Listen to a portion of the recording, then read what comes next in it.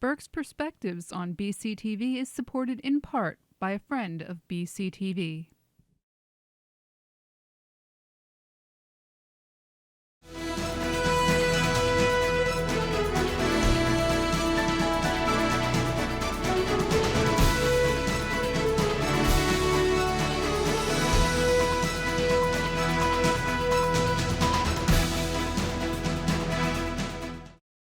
Hello, everybody. Welcome to Burke's Perspectives. As always, we are honored to have you with us. I'm Fred Levering. I have with me today Joan London. Hello, Joan. Hello, Fred. And I hope that we will be joined shortly by Ruth Martelli, who's wrapping up an assignment. But I wanted to lead off today with a couple of things happening locally here. We have talked over the weeks and months about the Spotlight PA thing and establishing a local Berks News Bureau to help fill in some of the gaps of missing information that we currently have lived with. And they are going to have, as we have mentioned previously, a local Berks Center newsletter. They still have their overall Pennsylvania-centric thing, but this is going to be focused on Berks. And it is going to be starting this coming Monday, whatever that is, a couple of days into May. It's going to be starting this Monday, and it's going to be called Good Day Berks. If you are not already hooked up to get that subscription, please do. Go to the spotlightpa.org website, and they show newsletters on there, and you click on which ones you want. And this one is going to be called Good Day Berks, and it launches on Monday. Now, they're going to have news that's happening, but they also are going to have a focus each day. And from what I've been told, on Mondays, it'll start, and then Tuesday will be a business and local economy focus. Wednesday, food and the farming community. Thursdays will be things to do this coming weekend, kind of an events calendar. And Friday is kind of a review of top stories from the week. So that's their original intent. Now they will be, though, covering all sorts of other stuff. They are going to have 3 local-based reporters whose identities have not yet been announced. So that's going to be in the coming couple of weeks. We ought to hear who exactly they are, but I am told from interviews and whatnot that they are people that know the area well and are going to be able to, I'm predicted to expect them to do a really fine job. So that's going to be coming starting Monday. So get on spotlightpa.org, order up that thing so it'll be in your inbox every morning, and continue with the Pennsylvania thing because it covers a lot of good stuff from Harrisburg and around the state.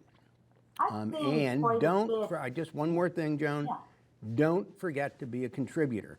There is not going to be a charge. This is not a paywall where you have to pay so much a month or whatever, but it does exist by having a large number of not only subscribers but contributors. So please consider contributing to the organization. Joan, your comment.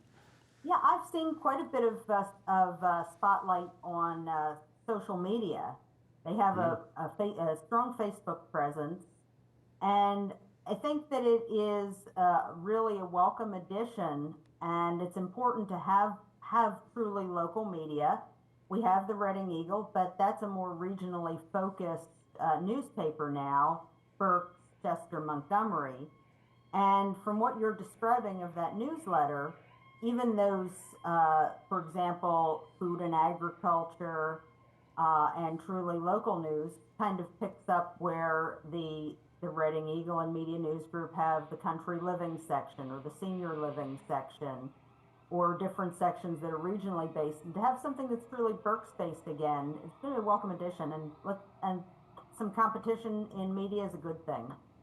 Well, I do want to say, I'm glad you brought that up because I'd like to say something positive about the Reading Eagle. We have lamented how it has declined from what some of us remember from years gone by. And one of my complaints of the last few months has been local sports stuff. I mean, this is the Reading Eagle, you know, the word Reading, the Reading Eagle. And you couldn't get a word about the Reading Phillies or the Reading Royals hockey or whatever. They didn't do a bad job with high school sports and so on, but nothing on those teams that I think really bring a lot of character to the county. And they have now begun to. At the hockey season is over. The Royals did make the most recent round of playoffs, but unfortunately their season ended in the first round of the playoffs, so they didn't go very deep into it this year. But those games were covered. And the Reading Phillies have been getting not only some stories about, you know, recent games and so on, but also just highlighting some of the players. And those of us who live and die with the Philadelphia Phillies are always anxious to see, you know, players that are in the pipeline, so to speak. And there's, you know, many of us can sit back and think about having seen some of our famous Philadelphia Phillies play here in Reading as they were progressing through the minor leagues. So they're beginning to do a bit better job with that. So the Eagle deserves kudos for having picked up that slack that was, I think, sorely missing. So on the local news front, maybe it's the idea of some competition that the Eagle has gotten a little more aggressive about some things. We have an upcoming primary election, the 20th of May, and they have begun covering individual races about who's running for the school board in whatever school district and some of the municipal elections and county elections. So let's hope that the idea of some competition brings out the best in everybody. And we, of course, are part of that, but we're more on the deep thinking commentary end. And if you believe that, we are not the news. We are highly biased commentary. Absolutely. No hesitation in saying that. Also on the local front, we've had a couple of nasty fires, and really oddly, within a short distance of each other down in Robinson Township off of Route 10. Hard to believe that there would be two fatal fires that close together, but this most recent one was really an interesting thing. And again, the Eagle had a very good story. I think Steve Henshaw wrote it, that a very, very good, kind of emotional article that they had that first fire, and the volunteer firefighters from down there in southern Berks, and I think they were joined by Exeter as well, really were upset about the fatalities and so on. So this second fire happened and was first spotted by one of the volunteers who happened to be driving by on his way to work or something, saw the flames, called into 911, and you know, one thing led to another. But before the trucks and the rest of the volunteers were able to get there, he and a second volunteer actually approached the building. It was on fire. There was heavy smoke, and they were informed that there were people in there. And without having their full equipment and having the breathing apparatus and stuff that you wear in your backpack and so on, ventured in because there were people that they thought at risk. And after that first fire, they were horrified by the idea of a second potential fatality, and they risked themselves and went in, drug a couple of people out. Now, unfortunately, two of them did die. The third was saved. And a couple of firefighters ended up in the hospital because of smoke inhalation, because they ventured in there, put themselves at risk. So I'm telling you, we can't thank the volunteers that staff these departments enough for that kind of heroism. I mean, it's just a remarkable story to put themselves at risk because of how strongly they felt about their neighbors and so on. It was a well done story to Steve Henshaw. It was. One of those firefighters is on the board of supervisors at Robinson Township as well. Is that right? Very much service oriented. Mm-hmm. I mean, luckily the firefighters who were hospitalized are all out of the hospital and going to be okay. Yeah, that's what I understand. It's incredibly tragic to have two fatal incidents this close in time and distance together. Feel terrible for the members of that department, because they take it very, very personally. I've known, I'm not a firefighter, but obviously in municipal law, you know that community, and they very much take it to heart. And they also take a great deal of pride when a year has gone by where there has been no death by fire in their community. Yeah, excellent point, Joan. You know, in the municipality that I live and serve in government in Wyomissing, we have a full-time paid fire service with the commercial aspects and all the residential stuff. And a dwindling supply of volunteers. We bit the bullet and went in that direction. So we're fortunate to have those professionals there. But the volunteer system, which is what Pennsylvania was always based on, going back to Ben Franklin, for God's sakes, are just remarkable for the amount of training that they are required by state law and regulation to have. And they know their stuff, and these guys knew their stuff, what they were talking about. They were not just blasting their way in there or whatever. They knew how to handle this situation, and they knew the risks. So it's just a really remarkable story. That training requirement is one of the reasons that volunteer fire companies are having so much trouble getting volunteers. That's right. Because it's a huge commitment. I respect anybody who will do it, but unfortunately sometimes work schedules don't allow not only for response, especially when you don't work and live in the same community, but also for that nighttime training. I can remember coming home from meetings when I lived in St. Lawrence, and I'd come home from meetings 9, 10 o'clock, and I'd see Mount Penn Fire Company still out training. Yeah, you couldn't have said it better. That's exactly right. One more local thing before we dive into the deep end of the pool.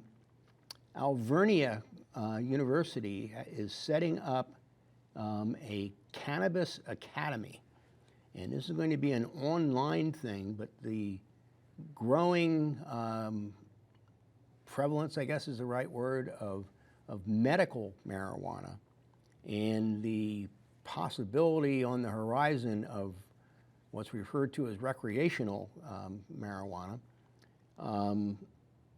has really put a demand for people that know what they're doing to be trained for those various jobs of growing and then marketing and keeping it all above board and safe and all the other things that go with it.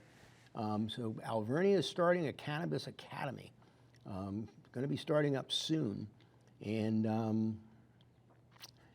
I mean, all across Pennsylvania, this is a growing industry, and it's a fast-growing industry. And every year, when it comes to budget time in Harrisburg, we hear the political arguments about whether to legalize recreational marijuana. I still am very reluctant to see that happen, just because I can't believe that it isn't the so-called gateway to other things. I still remember, and I mentioned it on this program previously, one of the detectives for the county was asked about a big drug bust that had a lot of marijuana and stuff, and said, why do people do this to move on into fentanyl and all these other things? How come? And the detective's response was to get a better high. So if you can legally buy and use marijuana, isn't it logical that at some point you're going to want to get a bigger, better high? So, and maybe it's just going to happen anyhow, but God, to make it legal for the sake of adding to the tax revenues just doesn't seem right to me. Now, Joan, as a lawyer, what's your take on that? I'll tell you my thought on it. I get a lot of ha-ha icons on social media being laughed at. I get told I sound like a 1968 Nixon voter, and I don't care. I do also believe that it's a gateway drug. I also believe that you can say, well, you drink alcohol and you don't think anything of it. Isn't that a gateway drug? I believe in lines in the sand, and I absolutely believe once that line is crossed, it can be a serious problem. Now, for some people, it's not, but for enough it is. I think this one's not about the money. Sometimes policy is about the money, and sometimes it isn't. Sure, it's a source of revenue. Sure, other states have it, but there is a social cost that goes along with this. Just like there was a social cost that we're starting to see now, and that goes with the legalization of casinos in areas where people live rather than as a destination, or online sports betting or online casinos. There is a social cost to these things, and the social cost and the actual cost in programs to deal with abuse, to deal with the fallout from addiction, to deal with drug treatment, increased car accidents, all of those things may end up eating away at any additional tax revenue. Now I feel that way about recreational marijuana. I also believe very strongly in medical marijuana. I'm sitting here in my office and I'm looking out at the intersection of State Hill and Broadcasting Road, and I'm looking at the sign for the new medical marijuana dispensary. It's in the bank building. Yep. It's everywhere, and I think this should have been dealt with 60 years ago. I don't think there should be a medical marijuana dispensary. I think it should be available by prescription the same way that Percocet and OxyContin is. For medical use, it's probably safer than some of those drugs. But for recreational use, I feel the same way about recreational use of marijuana that I feel about recreational use of OxyContin.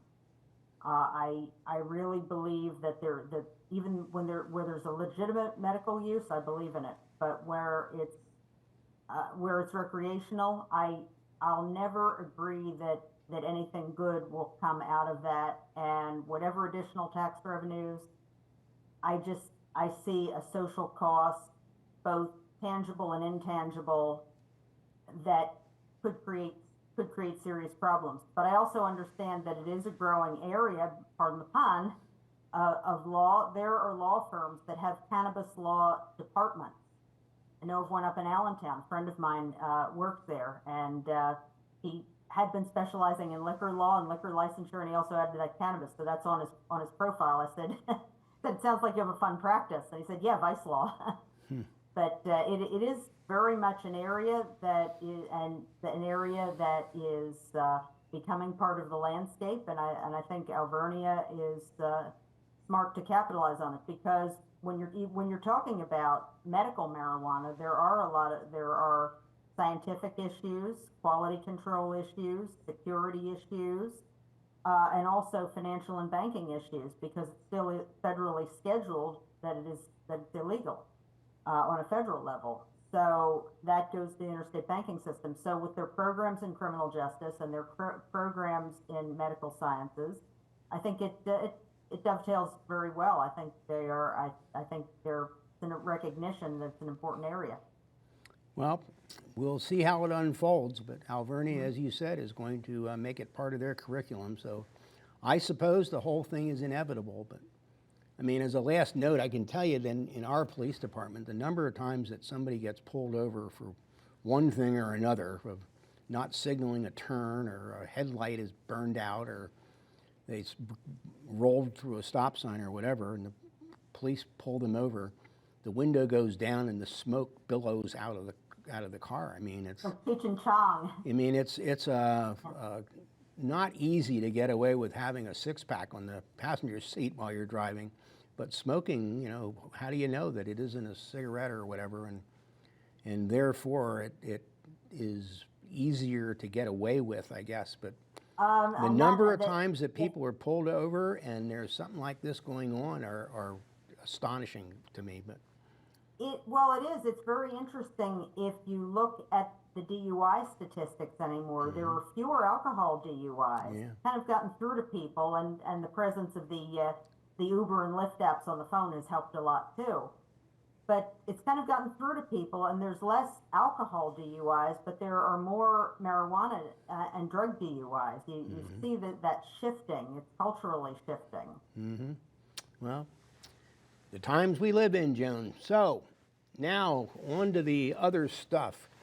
The last couple of days, there's been a lot of commentary and news programs or whatever on the Trump administration's first 100 days. That's always in every administration kind of a watershed mark or so. And this one is, like everything else to do with Donald Trump, is grossly exaggerated beyond what some other administrations may have been because he makes it so. I mean, he talked very loudly about the things that he was going to accomplish starting on day one and on and on and on. And he has thrown so many things up against the wall and has so many balls in the air, to use that cliche. But in the first 100 days, there were, from what I wrote down, 141 executive orders for all sorts of different things.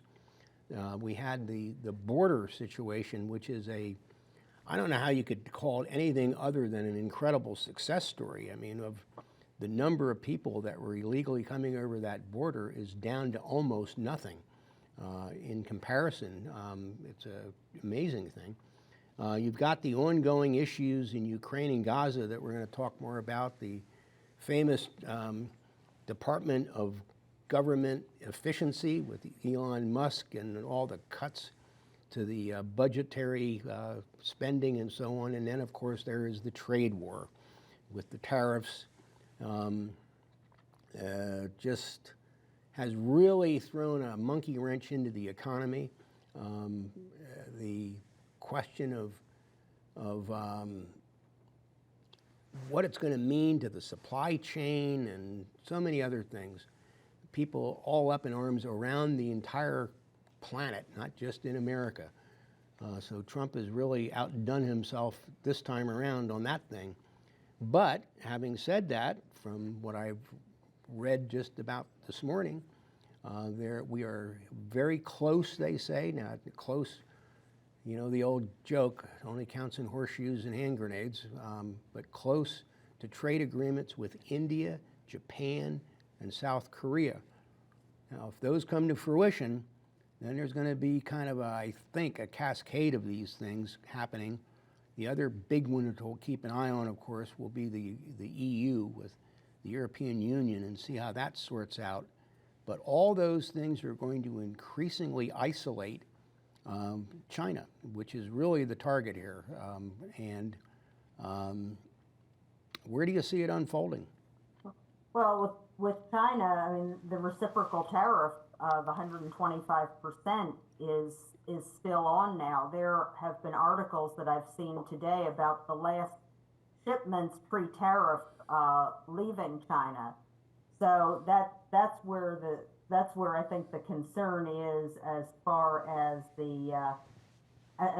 potential shortages and economic upheaval. And China may be making deals with other countries other than the United States to have trading partners other than the United States to make up for that market share. I've seen that.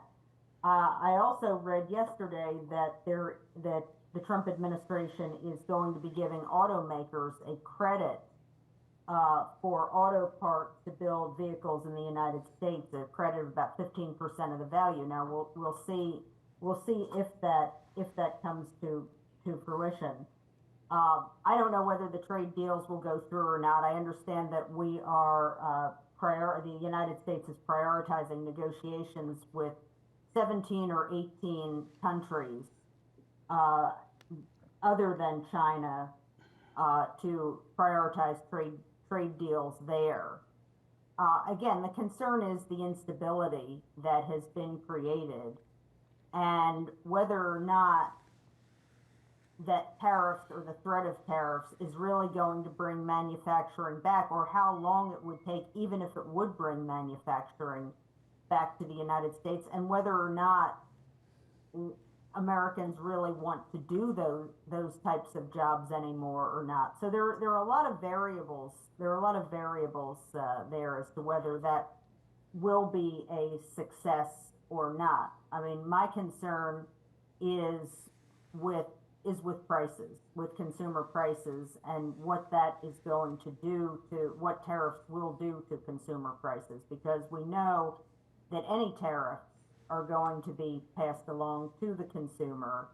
You've got the CEOs of Walmart and Target being very clear about the effect that that tariffs will have on their products. Amazon as well. I mean, Amazon was talking about listing what the tariff is costing, and apparently that's not going to happen. That was sort of a trial balloon, but I mean, it becomes a national sales tax on the prices.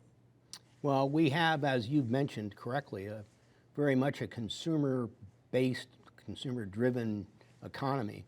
And I think one of the questions here is whether or not that our economy is going to be caught between the proverbial rock and an empty shelf in this case. That if there's nothing much on the shelf, that what happens to prices? This is a rerun, really, of the COVID pandemic. When the supply chain was disrupted, the government sends out checks to millions and millions of people. They got this money burning a hole in their pocket, and do they, Americans, do they save it or do they want to go out and spend it? Well, they wanted to go out and spend it, and there was nothing on the shelf, and that's a large measure of what caused inflation. That prices jumped because of supply and demand. Too few goods formula for inflation. Absolutely. So it's it could have a heck of an impact there, but as far as the strategy here, it strikes me that maybe the administration was too aggressive and just threw too many things out there all at one time instead of kind of slow rolling some of this stuff up, targeting China and stuff and not necessarily everybody else at this point. But they did everything all at once, and it created a lot of chaos here, which Donald Trump has always been known for, and I guess none of us should be surprised, but you'd hope that it wouldn't have gone that way. So I think there may have been some mistakes made, but it's too late. I mean, it's out there.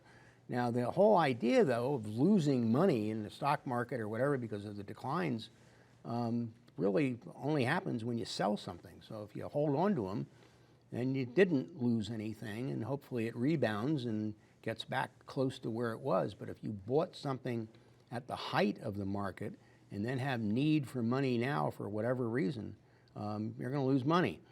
But most people, it's a paper loss, and if you hold on to it and the market improves as the trade deals get worked out, then the story has a more favorable ending to it. But right now, with the internet, instant news, in my view, a tendency, I'll just call it, on the part of the legacy media to want to take every advantage of bashing Trump at every turn.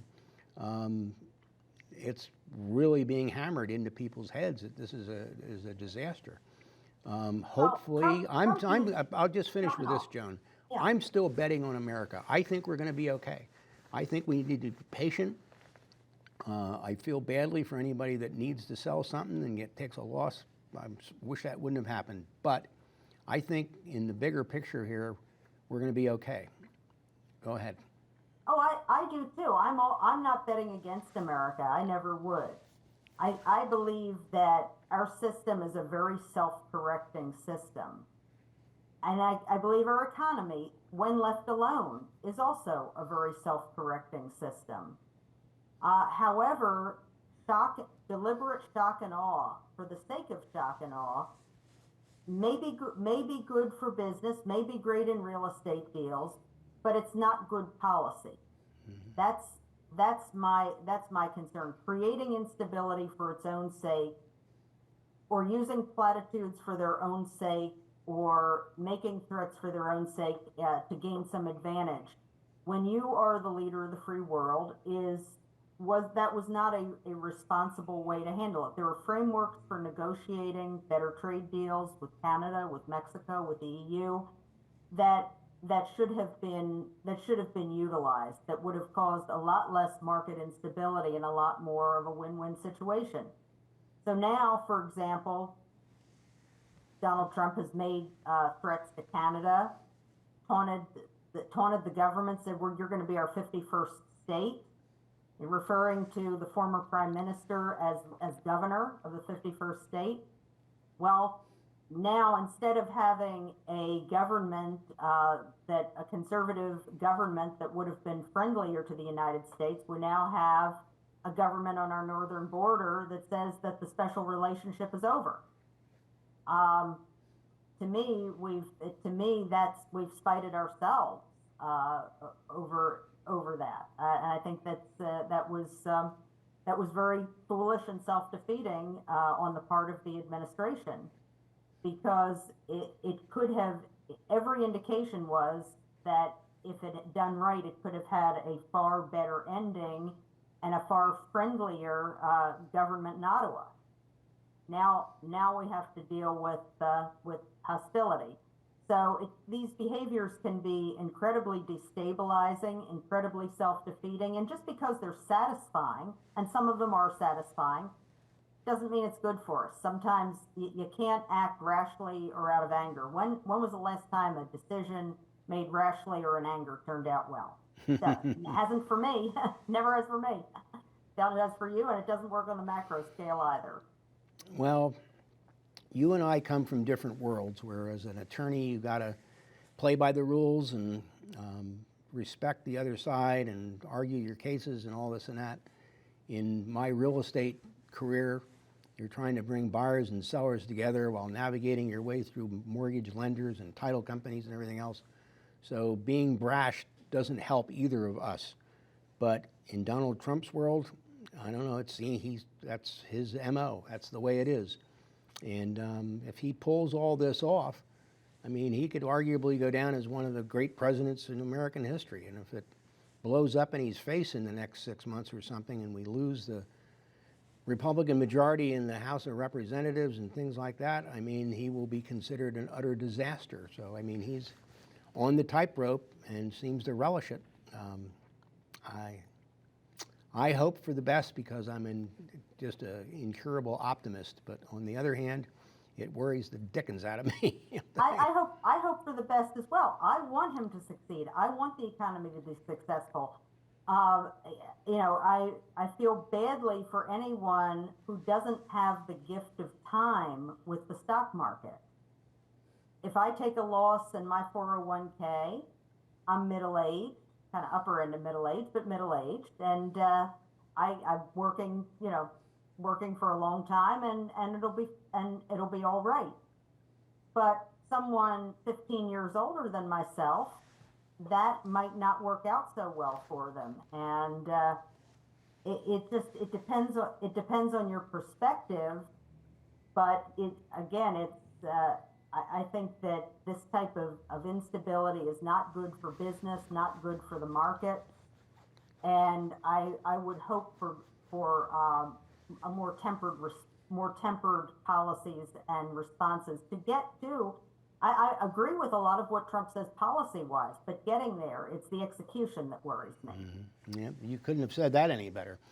Now, some other stuff going on. Just this morning, it was reported that the guy in charge of the National Security Department, Walsh, and his top assistant are on the way out the door. Now, at this point, it's kind of an evolving story, and I haven't heard anything updating whether or not they have decided to step down, have been fired, have been threatened with being fired, or what exactly the circumstances are. Do you suppose that this really emanates in large part from the mess with that email chain on the Signal application that went public because it ended up in the inbox of the editor at the Atlantic magazine and all? Is it part of that, or is it something else? It sounds like that was the beginning of the end for him. He's lasted at this point 102 days, which is 5 times longer than Trump's first national security advisor, Michael Flynn, lasted in the first term. So I guess that's kind of a victory. It seems like Donald Trump has had quite a few turnovers in national security over the years. But even it seems like he's not really he seems dissimilar to others in the administration. He had a reputation as more of a traditional conservative hawk on Ukraine and Iran, for example, and he hired aides, including this top aide with similar views. Uh, he's he's got a very good background. He's a former Green Beret. He served in President Bush 43's administration as a defense policy director at the Pentagon. He was a counterterrorism advisor to Vice President Cheney. He's a retired Army lieutenant colonel. I mean, that's the background you want as your national security advisor, someone with a military background, a security background. You want someone like that, and that's the more traditional background. And he has here. He was with Bush 43. He was with Rumsfeld and Cheney. Well, that's not a popular place to be in the Trump administration. That's considered establishment Republican. And I think that there was that suspicion. I heard the phrase today, and I don't know where it came from, but I heard the phrase today listening to a news program over the noon hour that Waltz got Loomered, meaning that after Laura Loomer, the kind of right-wing pundit and podcaster, had convinced President Trump to fire four national security officials last month based on not being loyal to his agenda, that this might be a continuation of that. Now, there's no confirmation of that. I don't know, but it seems like it could be connected. And I've also heard on that same broadcast that Stephen Witkoff is being considered for the job. Now, he does not come from a traditional background for a national security advisor. He's a real estate lawyer.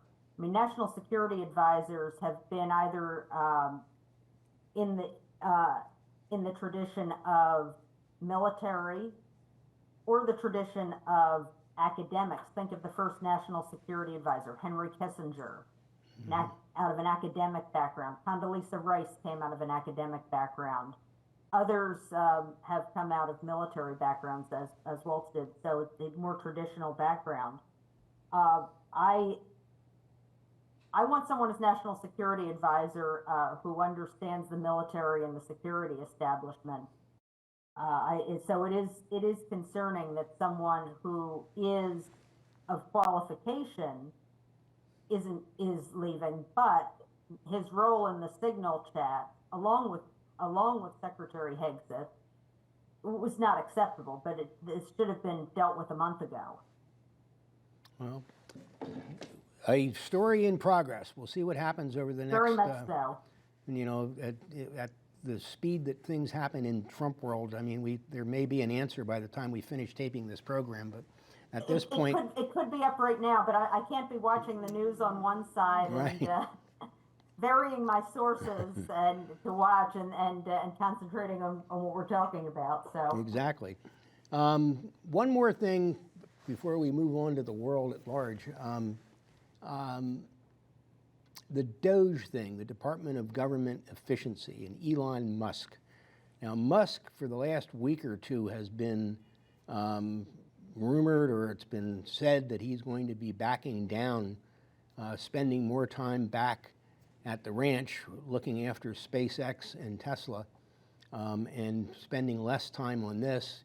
Some have said, well, that was the plan from the beginning, and others are saying it's because of what has befallen Tesla with not only are these, you know, really it's a shame that people are going to walk down the street, see a Tesla parked, and go run their car key across the side of it. I mean, that's just, petty. It's a shame. Hey, I'm a Ford person. I don't do that but to throwing, Teslas throwing either. a Molotov cocktail in the showroom window is quite another matter.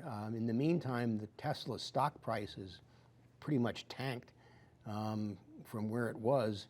And how much of that has to do with just Musk's role in with Trump, or the whole electric vehicle thing has kind of cooled off as far as the mandates that, you know, almost no gas-powered cars would be manufactured anymore after something like 2032, or I think it was, or something. 2030, 2035, yeah. And now that seems to have backed off, and whether that has affected this or not, or it's entirely to do with Elon's involvement with Trump. I mean, I don't know, but it's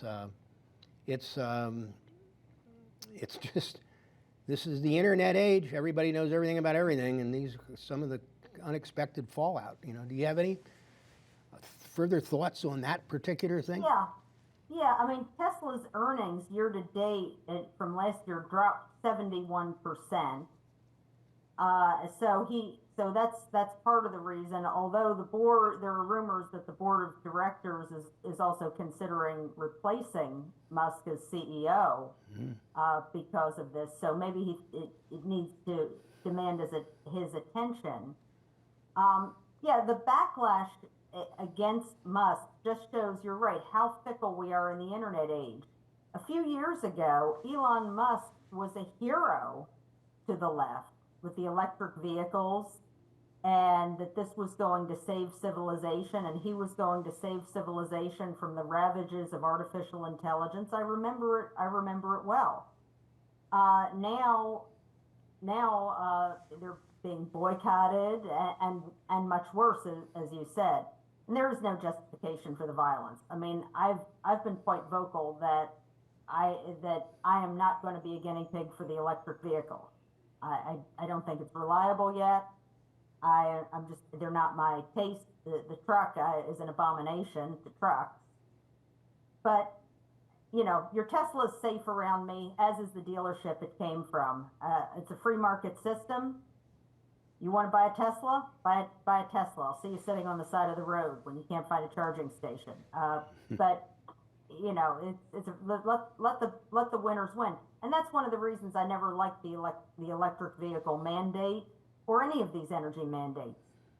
I don't like the idea of the government picking the winners, and I don't like it when it is Donald Trump and Tesla's on the White House lawn, and I didn't like it when it was Barack Obama and subsidies for solar, or Joe Biden and executive orders that would limit gas-powered vehicle production, or for that matter, Congress adopting fuel mileage standards, which make it nearly impossible to have a safe gas-powered vehicle.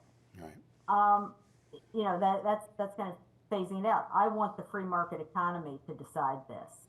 Well, this is a very nice way to ease into discussion about some world affairs, because there have been extensive electric power blackouts in Spain and Portugal, and I think part of France as well. And they haven't quite gotten everything back to completely normal yet, but they're close as far as what happened. And it was a breakdown in the grid, which seems to have been triggered by the unreliability of wind and solar to add to the grid. Now, the grid, because of its age, was already, I think, safely referred to as fragile. And then the unreliability of the source of the power made it crash. And there were people caught on subways, and, you know, the electric went out, the lights went out, the air conditioning went out, the refrigeration went out, everything really caused, I mean, I haven't heard any numbers yet, perhaps you have, but it must be gazillions of dollars worth of damage that, you know, as a result of this sort of thing. And as we were saying about the electric mandate cars, it strikes me that this is part of force feeding the so-called Green New Deal, and I'm not going overboard on the you know, liberal versus conservative view on this thing. By no means. It's just that if an electric car were reliable and you could find the place to get it charged as easily as you can for gasoline and stuff, I'm there. It's okay with me. For over 20 years, I was a board member and at one point the chair of what was originally the Conservancy, which is now Berks Nature. So I'm there. I'm an environmental guy, and it has infuriated me over the years that the Republican Party has essentially abandoned the environment to the Democrat Party, and that really has troubled me terribly because of my own personal beliefs. But nevertheless, it's what happens when you try to force these things and do it because we said so, as opposed to the technology and everything else being ready for it. Take it from there, Joan. I mean, I'm rambling here. I don't want to do that. Reliability of a vehicle or of the power grid as a whole, for some, that can be life and death for some people. If you're talking about equipment that needs to operate for purposes of life support, if you're talking about hospitals being able to stay open or vehicles not dying on the road, you need reliability. And yes, I believe those technologies should be developed, just like I believe that solar and wind and geothermal technologies need to be developed. But they shouldn't be forced on us before they're ready. And this, I agree, it's an example, because apparently the blackout was caused by what's called a significant voltage fluctuation in the Spanish grid while Portugal was importing energy from Spain. And the fluctuation caused the control and protection systems of Portuguese power plants to shut down, as expected, because they shut down due to fluctuation to protect the grid from power. It's like a large surge protector, I guess. That's the best way to describe it. And that was from an article on utilities. Power cut. Why did Spain and Portugal lose electricity? I don't have the name of the publication. But it seems like a very plausible explanation of what happened there. And I'm a believer in a balanced energy policy, and that means and leading to energy independence. I've said many times before that energy independence is our national security. Because if we have to depend on other countries, many of which don't like us or don't like us very much for our energy, we can't say we're independent, and we can't. It figures into our policies, including our security policies. So we absolutely have to be energy independent, and that includes the energy that's beneath our feet, and coal and natural gas, oil, and also solar and wind. And again, those technologies do need to be developed. But you also have to look at, this is a free society. We have to look at what communities want. As a solicitor, I see a lot of hesitation about taking productive farmland and putting solar panels on it. This isn't the solar panel on the roof to power the house or the business, or a windmill to power the barn and farm. These are large-scale, grid-scale utility projects that are taking up farmland. And a lot of communities, for aesthetic reasons and because it does take good farmland out of production, are very concerned about this. And the idea of government on a federal level encouraging this type of development and basically picking that as a winner, I have a problem with that philosophically. I have a problem with it morally. These are decisions that individuals and communities need to make, and the market needs to make those decisions. And eventually, if energy prices go up, people see the advantage in having some solar panels on the house or using wind energy, and the investment goes up and the technology gets better, and we switch over that way. But that's a far more responsible way than jamming it down people's throats and communities' throats. Well, let's chat about a couple other things going on. It was announced last night that the Trump administration has finally gotten a written agreement with Ukraine over the mineral content that Ukraine possesses. I think this is a particularly big deal that as part of Trump trying to organize a peace plan, there has been discussion about security and, how do we know that if Putin agreed to a ceasefire that he wouldn't just restock and come back at him again in a fairly short period of time. But what this mineral deal will do is set up a fund. It will allow American companies to come in and start trying to recover and extract minerals that are needed, coincidentally, based on our previous conversation, for things like lithium batteries and that sort of thing, which require those particular minerals that are in short supply in America. And we have been getting them from China, which we want to kind of put an end to as much as possible. So by having American firms on the ground involved in this mining, that will require adequate security for those Americans. And the theory is that Putin will think long and hard about reinvading if we're on the ground there.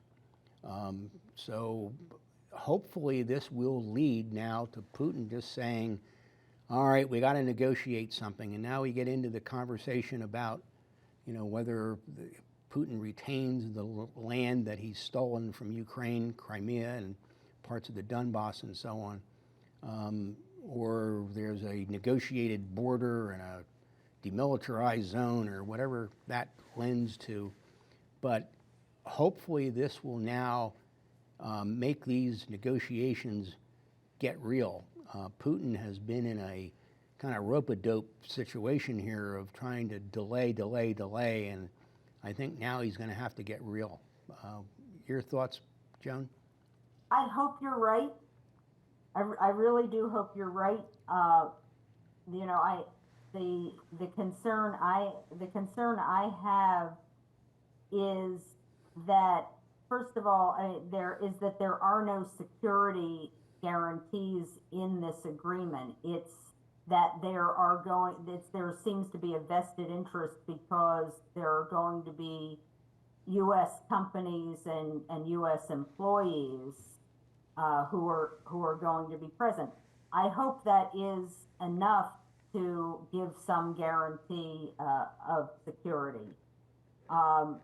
This deal is certainly a better deal than was initially proposed. And the initial proposal was for the United States demanding a $500 billion share of rare earth and strategic minerals in exchange for aid that the United States has already provided to Ukraine. In the deal signed, future U.S. assistance will count as part of the contribution to the joint investment fund that you referenced, that will put money into the natural resources.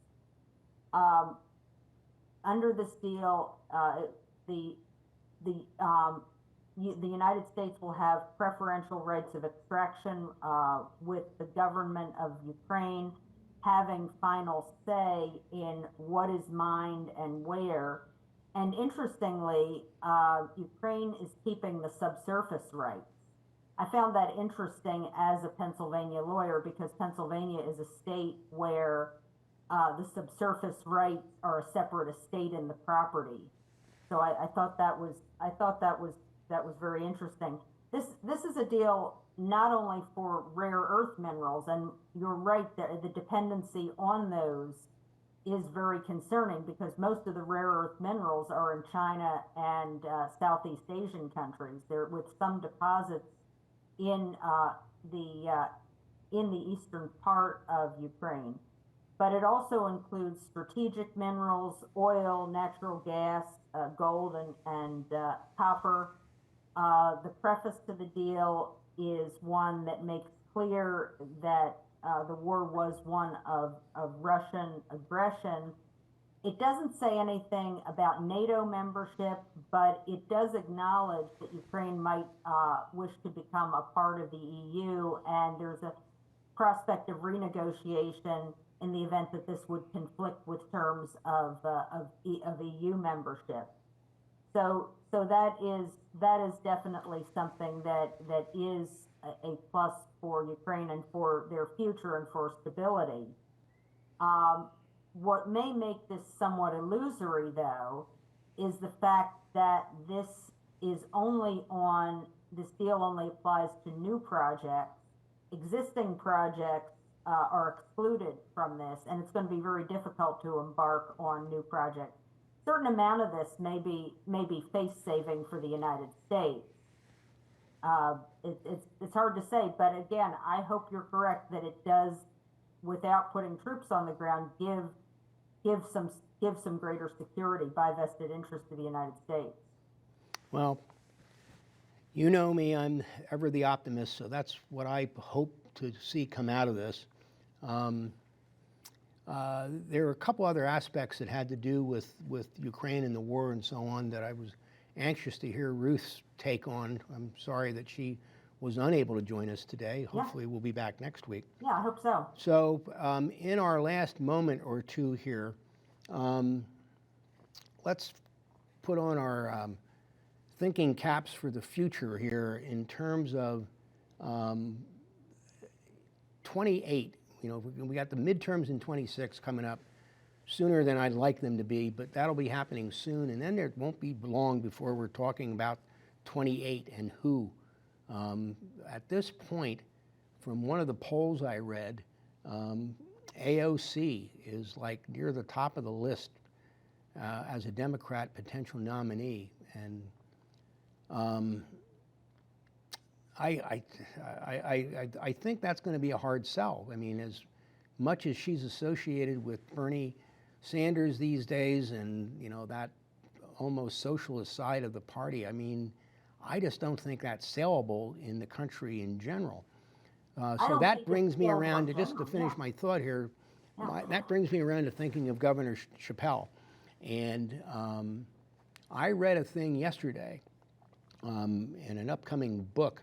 There is speculation that he did not get the VP slot with Kamala Harris because he was considered too ambitious, that he was not willing to play second fiddle. And this kind of made me think back to this program a few years ago when Shapiro was being elected governor of Pennsylvania. And I said, he's not running for Pennsylvania governor, he's running for president. And I hate it when I'm right, but I might have been right this time. What do you think? I suspect you were right, and I think I don't see AOC as being the future of the party. This is a much more centrist country than that. Just because the parties and the primary voters have been giving us these extreme candidates doesn't mean that they reflect the greater will of the people. And I don't believe AOC could win in a general election. Someone like Governor Shapiro could. And I think he was wise to avoid that vice presidential slot or that running mate slot. All I see is what happens when he hasn't had a full term as governor. It's the pick too early. There's a honeymoon with it, and then the media builds them up, and then the media trashes them. And I'm serious. If it picked too early, think of Dan Quayle was picked too early, and the media trashed him. Well, Joan, on that note, I have to tell you that the control room is making threatening gestures at me right now, so we're going to have to bid adieu. So thank you very much for joining us. I was a little nervous about just two of us without Ruth being with us today, being able to fill up the hour, but lo and behold, we sure as heck did. So thank you for... I can keep talking for a long time if I have to. Well, and I'll refrain from making some obvious jokes out of that. But so in any event, thank you very much, Joan. Thank you, Fred. I hope Ruth is back with us next week. I hope so. Audience, thank you for tolerating us today, and we'll look forward to seeing you next time. Goodbye. Burke's Perspectives on BCTV is supported in part by a friend of BCTV.